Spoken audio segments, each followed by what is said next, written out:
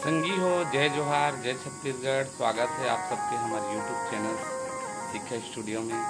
संगी हो, सुबह हो चुके हैं, सुबह के लगभग 7 बज चुके हैं और आज के ब्लॉग शुरू करत हन हमन हाँ। आज आप मन ला दिखाबो हमार घर में जो सीढ़ी बनाए के जो काम चलत थे वो पूर्ण हो चुके हैं और कुछ दिखाए के कोशिश करबो। तो बने रहो आप मन हमार ब्लॉग के साथ। तो संगी हो, आप मन ला दिखात हन हमार सीढ़ी बन चुके हैं और आप मन ला सीढ़ी में चढ़ के ऊपर छत के नज़ारा भी दिखाबो। तो ये हमार सीढ़ी अभी 2-3 दिन हो है संगी हो बने।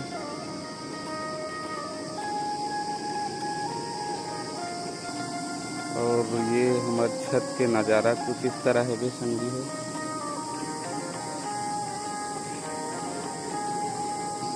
आप मन ला पूरा हमार छत के नज़ारा दिखात हन ऊपर चढ़ के। आप मन देख सकत हो हमार घर के सामने में मेन रोड हवे।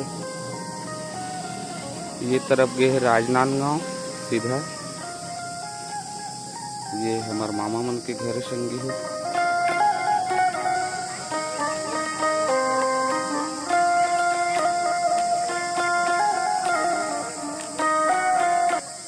तो आप मन ला दिखात हन हमार छत के पूरा नज़ारा कुछ इस तरह हवे।